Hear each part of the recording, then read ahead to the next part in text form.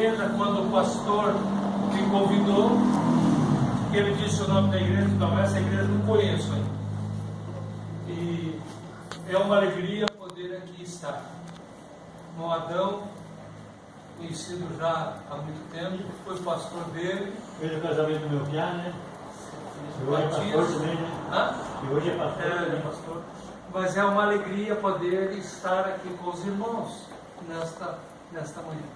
E todos nós viemos aqui com o objetivo de louvar e bendizer o nome de Deus, né? Amém. Muito bem, eu quero convidá-los então a abrir a palavra de Deus no livro de Lucas, capítulo 12, Lucas capítulo 12, versículo 20. Lucas capítulo 12, versículo 20. E a palavra de Deus diz assim, ó: mas Deus lhes disse: louco, esta noite te pedirão a tua alma, e o que tens preparado, para quem será? Louco, esta noite te pedirão a tua alma, e o que tens preparado, para quem será? Pensando nestas palavras, irmãos, eu fui pesquisar um pouquinho a história. E encontrei na história da Itália uma cidade chamada Pompeia. Pompeia era uma cidade pequena, à beira-mar, cidade onde os romanos tinham os seus momentos de lazer, porque era uma cidade de beira-mar, uma cidade de veraneio, mas uma cidade muito depravada, uma cidade muito cheia de luxo, de depravação. Para você ter uma ideia, ela tinha uma viela, uma rua que tinha cubículos, quartos dos dois lados. Em cima, nas portas, havia cenas sexuais, e ali dentro daqueles cubículos as mulheres vendiam seus corpos. E Pompeia tinha mais ou menos 15 mil habitantes. E no dia 27 de agosto de 97, o Monte Vesúvio, que era ao lado, explodiu, jogando sobre a cidade, num vulcão que explodiu, jogando a cidade cinzas, larva, fogo, pedras, e de 17 segundos destruiu a cidade. E dos 15 mil habitantes, 12 mil mais ou menos morreram, porque 3 mil, quando viram as paredes rachando, o cheiro da água, resolveram fugir e foram salvos. Mas aproximadamente 12 mil morreram em Pompeia naquele trágico momento. O tempo passou e ultimamente os cientistas escavadores foram escavar Pompeia e já encontraram 1.150 corpos. Estão fazendo um museu dos corpos. Os corpos se tornaram petrificados devido ao fogo, às larvas, né? E a maneira em que eles encontraram esses corpos me chamou a atenção. Por exemplo, o sentinela, no seu posto de dever e posição de sentido, segurando a sua baioneta, assim ele foi encontrado, porque assim ele morreu.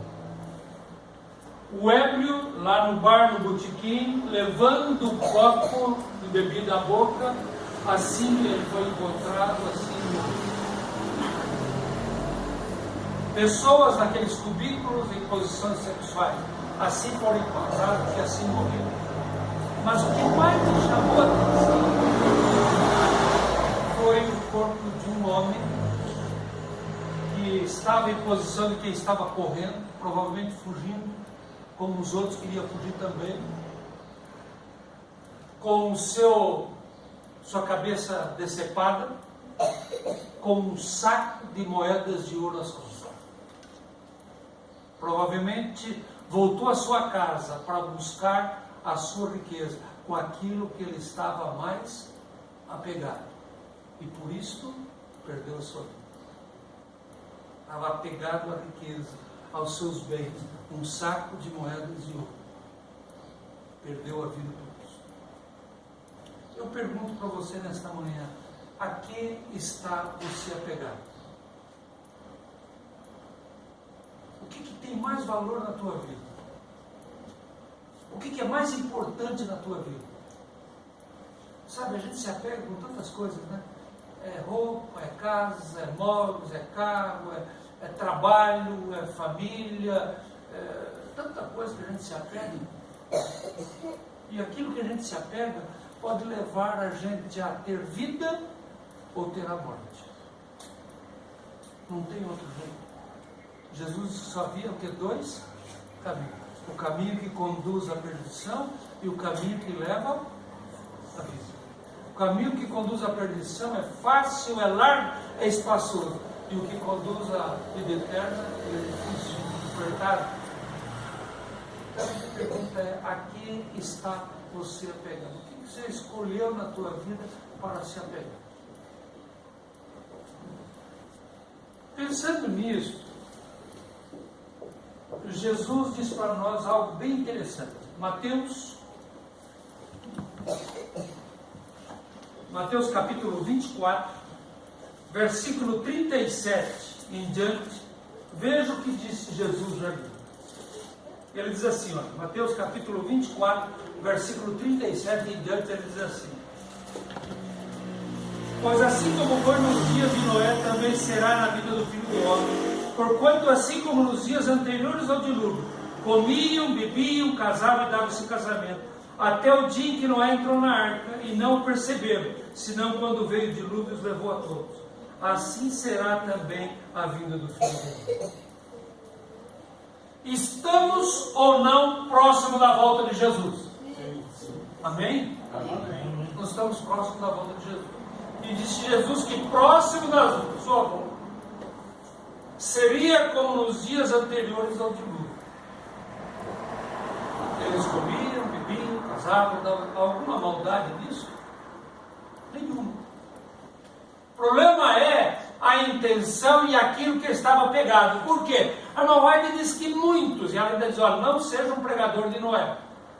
Por quê? Muitos ajudaram Noé indo na mata e cortando as árvores. Outros ajudaram Noé a trazer esta madeira até o local. Outros ajudaram a partir a madeira. Outros ajudaram a fazer entalhe na madeira. Outros ajudaram a pregar a madeira. Outros ajudaram a embatumar a arca. Mas não foram salvos. Por quê? Por que não foram salvos? Porque o apego, a preocupação dele não estava na arca. O apego dele estava nas coisas que fazia nos casamentos, nas festas, no churrasquinho, né? Na vida comum. E não na arca. Por isso que eles foram destruídos. Por isso que eles morreram. Por isso que eles não foram salvos. E a mesma coisa ela diz para nós hoje: não seja um pregador de Noé. E ela diz que muitos pastores, anciãos, diretor de departamento que estão na igreja não serão salvos. Porque enquanto estão aqui, estão pensando lá no trabalho da segunda-feira, no que não conseguiram fazer no dia anterior, na sexta-feira. Estão pensando em outras coisas e etc, e etc. Mas o pensamento não está aqui, não está no que acontece aqui, na salvação que é oferecida aqui. Que lástima, não? Que terrível. Jesus disse que nos dias finais da história do mundo, os homens seriam igual os antediluvianos. Estamos na igreja e perdidos. Estamos na igreja e perdidos. E não salvos. Por quê? Porque o apego não está em Jesus e sua palavra. O apego está na sua vida, nas coisas particulares. Estão apegados com aquilo, não conseguem desapegar das coisas do mundo. E as coisas do mundo escravizam. As coisas do mundo levam para a perdição.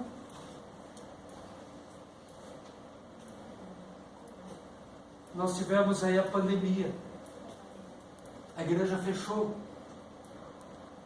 Quando retornamos, o que aconteceu? Eu creio que aqui não foi diferente, né? Muita gente não voltou. Por que não retornou? Porque não estavam apegados com a igreja. Não estavam apegados com as coisas da igreja. Estavam apegados com as suas coisas. Então, bom, aproveitar a oportunidade. Eu não sei, não conheço a situação dos irmãos aqui, mas a maioria da igreja que eu vou, domingo e quarta-feira, quantas pessoas tem? Uma meia dúzia de gatos pingados, como diz o ditado. Aqui conta no dedo e ainda sobra. Hã? Aqui conta no dedo e ainda sobra. Não entendi, irmão, desculpa. Aqui conta no dedo e ainda sobra. Ah, ainda só. Então, por quê? Não estão preocupados com a igreja. Conta no dedo e ainda sobra. Não estão preocupados com aquilo que acontece aqui. Não estão preocupados com Jesus Cristo que aqui está. É uma lástima.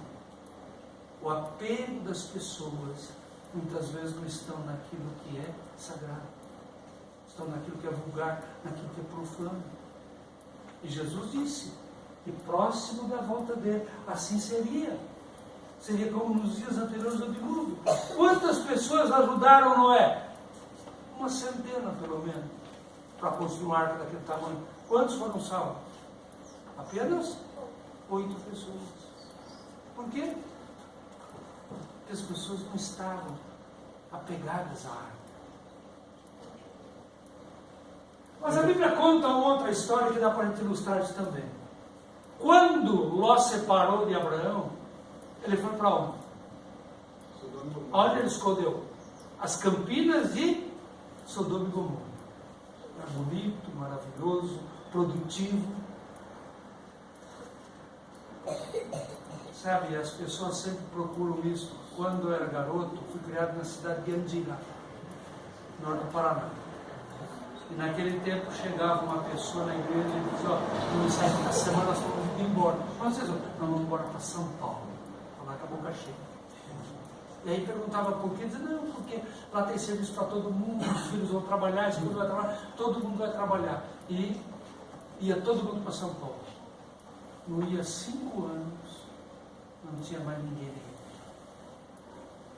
Lugar de luzes, cores, divertimentos, atração, serviço para todo mundo, mas também muito pecado. As pessoas se apegam àquelas coisas. E Ló viu a campina do Jordão, a beleza, falou, não quero ir para lá. E foi para lá. Foram para Sodoma e Gomorra, e depois de algum tempo, Deus ia destruir a cidade. Foi lá para Sodoma e Gomorra, para a cidade de Sodoma e Gomorra, foi para a casa de Ló, para tirar o seu servo de lá. Eu pergunto, eles queriam sair de Sodoma e Gomorra? Não queriam. Por quê? Estava pegando as coisas, né? Hoje teve até que insistir com eles. Se apegaram tanto às coisas, se apegaram à casa que construíram, a tudo que fizeram, disseram, agora que a gente se estabilizou aqui, que a gente tem tudo, vamos sair daqui? Não vamos, não. Não queriam sair de Sodoma e Gomorra. Os anjos tiveram que pegar na barca e colocar lá fora da cidade, porque eles não queriam sair de Sodoma e Gomorra. Se apegaram a Sodoma e Gomorra, se apegaram às festinhas, aos amigos, às coisas e às tudo. Para eles estava mil maravilhas. Mas Sodoma e Gomorra era uma cidade como Pompeia, uma cidade ímpia e depravada. Tão ímpia que era que a Ellen White escreve dizendo de que os homens faziam sexo com animais. Tão depravada que era uma cidade que tinha os homens fazendo sexo com homens, mulheres com mulheres, a ponto de quando os anjos vieram à casa de Ló, os homens da cidade tomaram conta da cidade, e a Bíblia diz que eles só queriam fazer o quê? Abusar dos homens, dos anjos que estavam. E Ló daí ofereceu o quê? As suas filhas. Está muito depravado. Mas eles não queriam saber. E aí os anjos pegaram Ló e sua família, colocaram lá fora da cidade e disseram, ó, corra, fuja para o monte, não olhe para trás. O que aconteceu? A mulher de Ló olhou para trás. E o que aconteceu com ela? Isto virou uma estátua de sal. Por que ela olhou para trás? Ela disse, puxa vida, deixa eu olhar para a última vez, o que eu estou deixando? Não queria deixar, eu vou olhar as minhas plantinhas, os meus móveis, aquele último vestido que eu fui para uma festa que eu brilhei, etc. Não, que...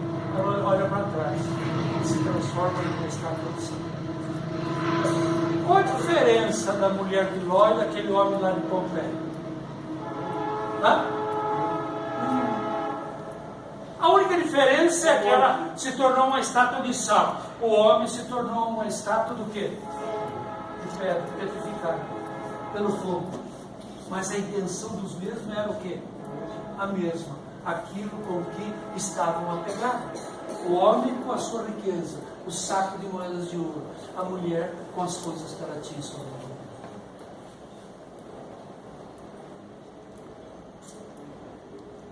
Jesus está voltando. Amém? Amém. O que você está pegando? O que pode tirar a tua vida eterna? O que pode destruir a tua vida como a mulher de Ló ou como aquele homem de Pompeia? O quê?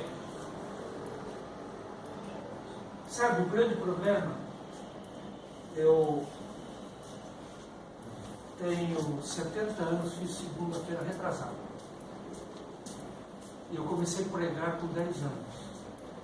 Meu primeiro sermão foi sobre a volta de Jesus. E 60 anos que prego a volta de Jesus, mas nunca preguei com tanta ênfase como ultimamente. Porque a gente sabe que Jesus está próximo de voltar. Só que descobri uma coisa, que o dia da volta de Jesus não está nada mais longe do que o dia da minha morte, ou da sua morte. Você sabe o dia que você vai morrer? Pode ser hoje? Sim. Eu perguntei isso numa igreja, um garoto diz, hoje não, pastor, não tem festa de aniversário.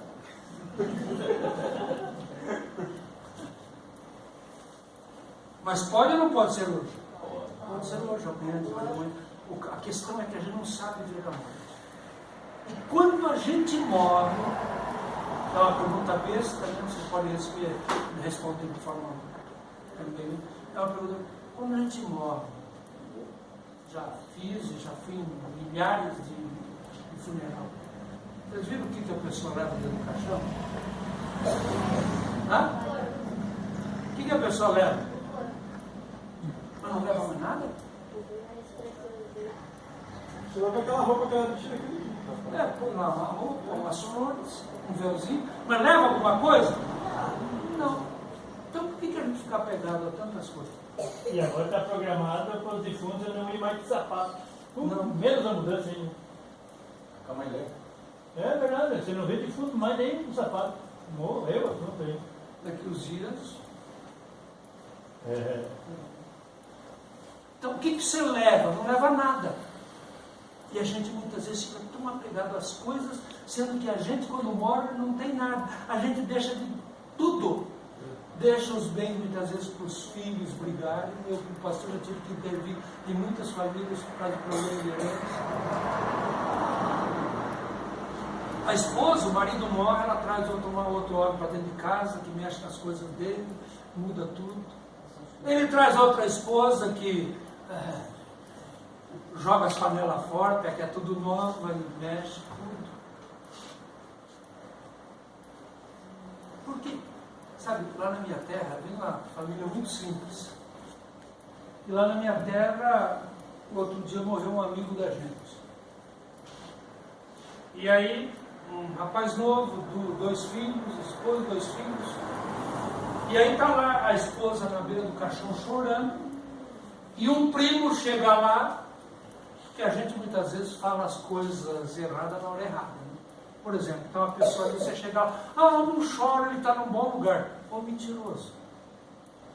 Não chora porque ele está numa melhor. Ô mentiroso. A gente muitas vezes fala coisa que não deve.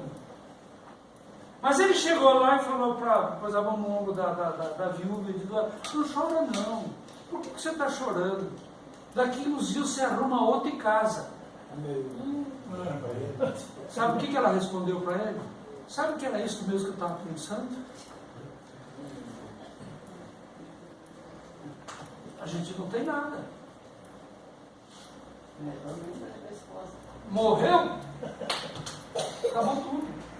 Não é melhor que antigamente, né? Hã? Não é como antigamente. Como que era antigamente? Tipo assim, que nem questão de respeito no velório ali. Hoje, você não tá nem aí. Hoje eles pagam para chorar.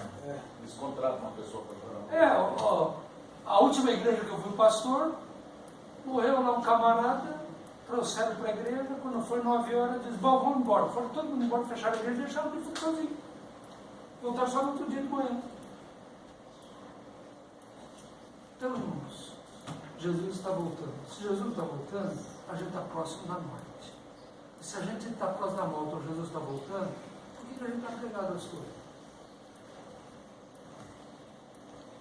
Por que a gente anda tão apegado? Sabe, há apenas uma coisa nesta vida que a gente pode se apegar: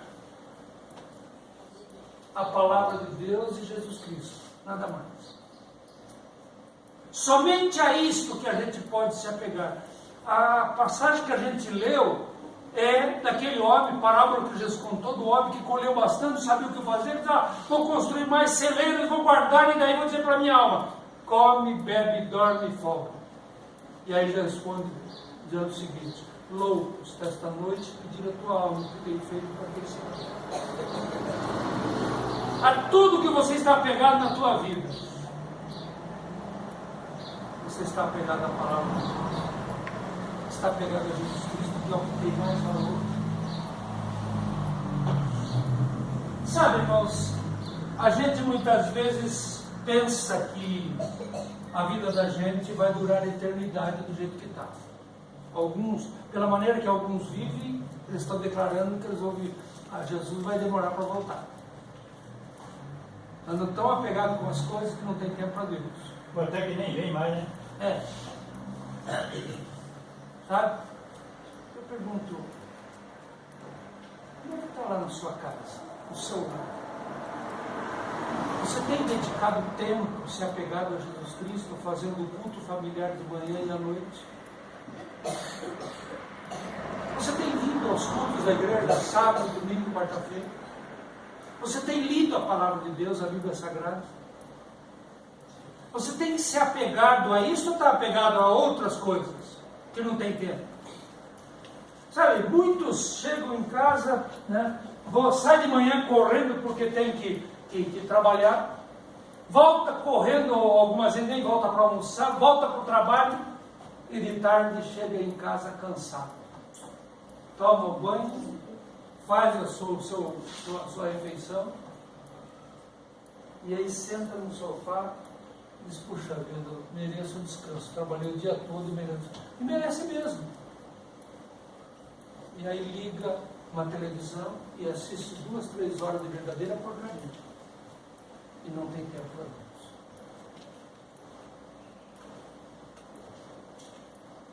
Está mais apegado a coisas do que a palavra do Senhor.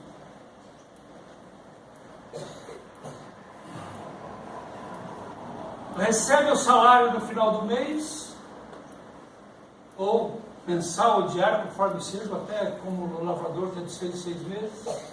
Quando chega em casa, qual a primeira coisa a fazer?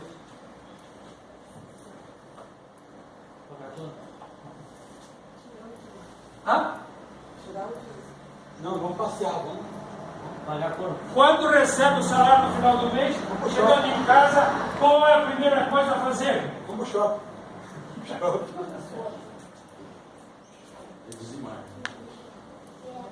Mesmo os irmãos que disseram que ia tirar o dízimo, eu não concordo com os irmãos. Porque há algo mais importante antes. E isso eu aprendi com meu pai. Você recebe o salário no final do mês, chega em casa, reúne a família e diz, Deus nos deu a bênção de ganhar tantos reais. Vamos agradecer a Deus pela bênção. Agradecer a Deus primeiro, porque tudo vem de Deus. A saúde, o trabalho, a capacidade, tudo. Sem Deus você não faria nada.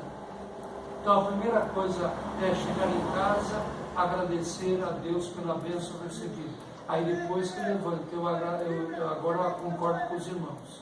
Separar os nossos dízimos e ofertas.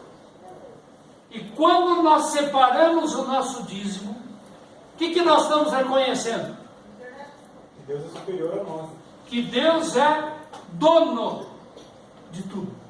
Ele é o Criador, o mantenedor, o dono de tudo, que pode nos dar e mantém a gente em tudo e pode dar todas as coisas para a vida da gente. E quando a gente vem para a igreja e traz o dízimo, entrega o dízimo, quanto que a gente está dando para Deus? Não está dando nada, porque ele é nosso. A gente não está dando nada, a gente está simplesmente devolvendo aquilo que já é de Deus. Por quê?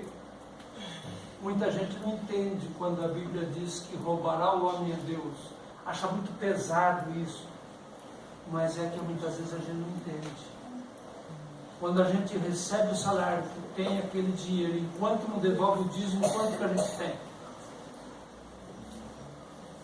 Quando a gente recebe o salário, que a gente chega em casa com aquele dinheiro, enquanto não devolve o dízimo, quanto que a gente tem? Nada.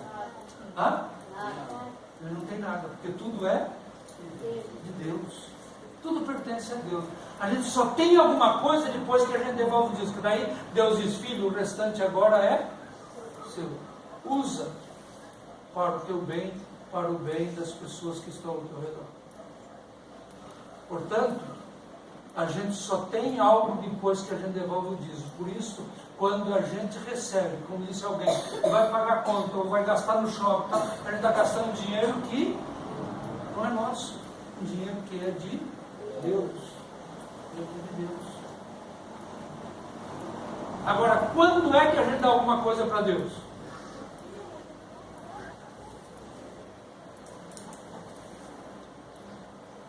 Depois que devolvemos o dízimo, agora do restante que é nosso, nós podemos dar alguma coisa. Então as ofertas saem daquilo que é nosso.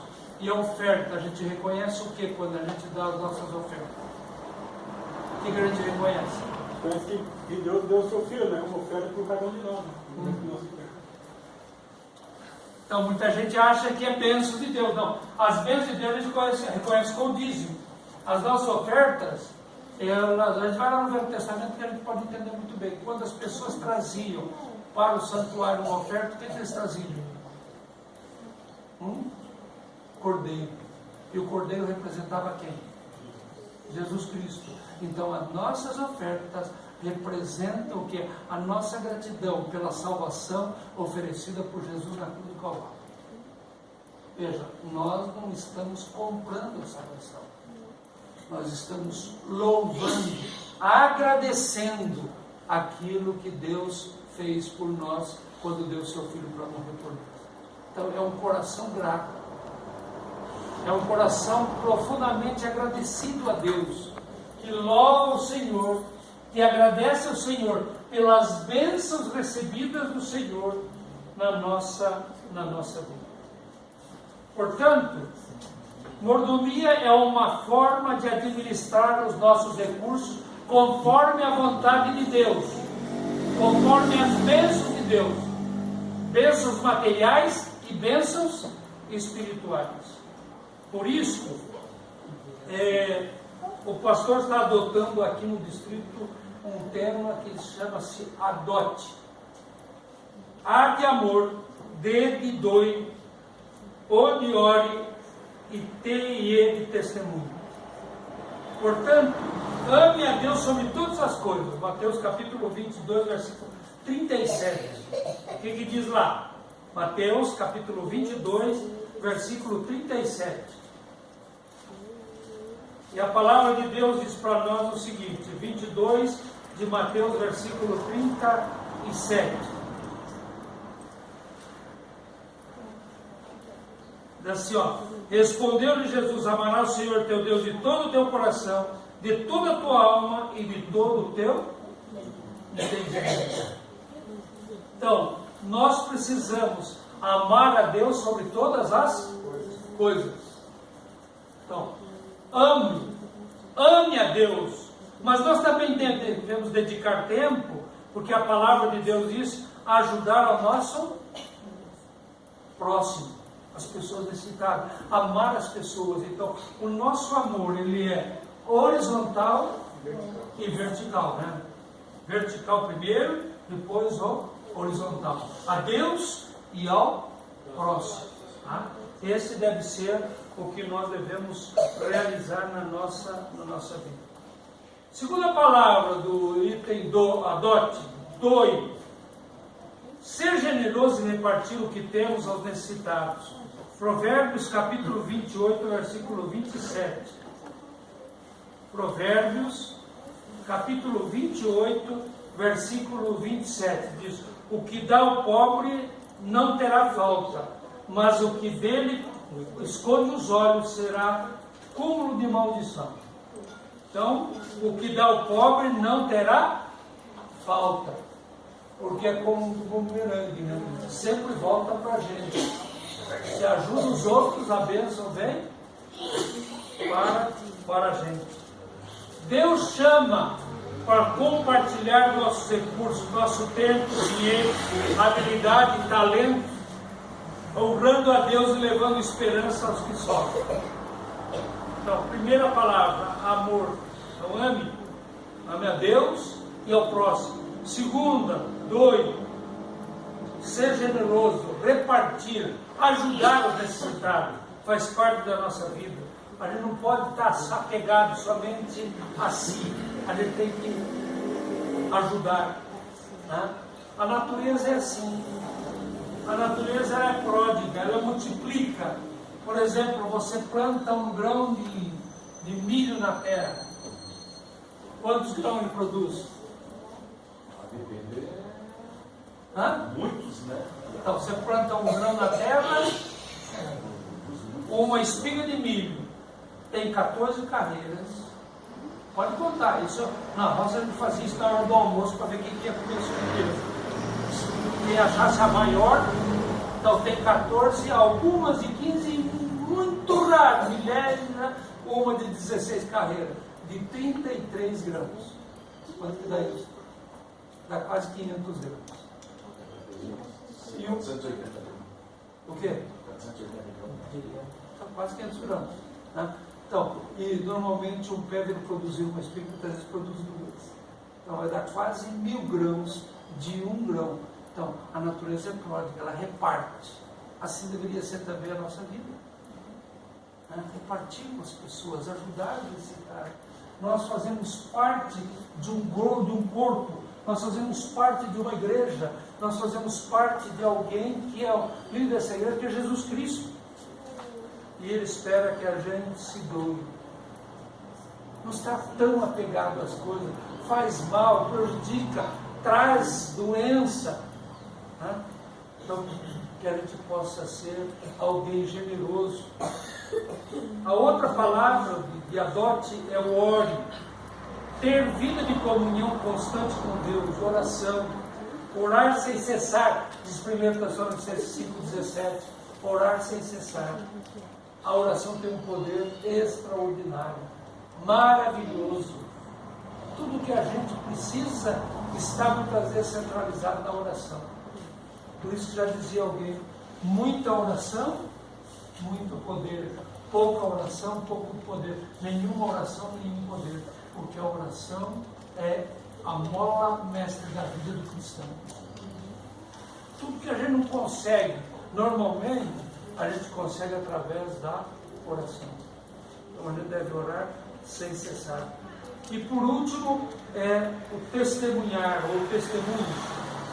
Compartilhar o amor de Cristo, ensinar os princípios do reino. Marcos capítulo 16, versículo 15. Marcos, nas palavras de Jesus, ele diz lá o seguinte, Marcos capítulo 16, versículo 15. E as palavras de Jesus são as seguintes: e disse-lhes, ide por todo o mundo e pregai o evangelho a toda criatura. Então, você consegue ir a todo mundo? Consegue? Não. Qual que é o teu mundo? Os vizinhos, os parentes, os amigos. companheiro de trabalho, esse é o teu mundo, ir a todo mundo é isso para você. Jesus chamou você para ir a todo mundo, mas você não consegue ir a todos os lugares.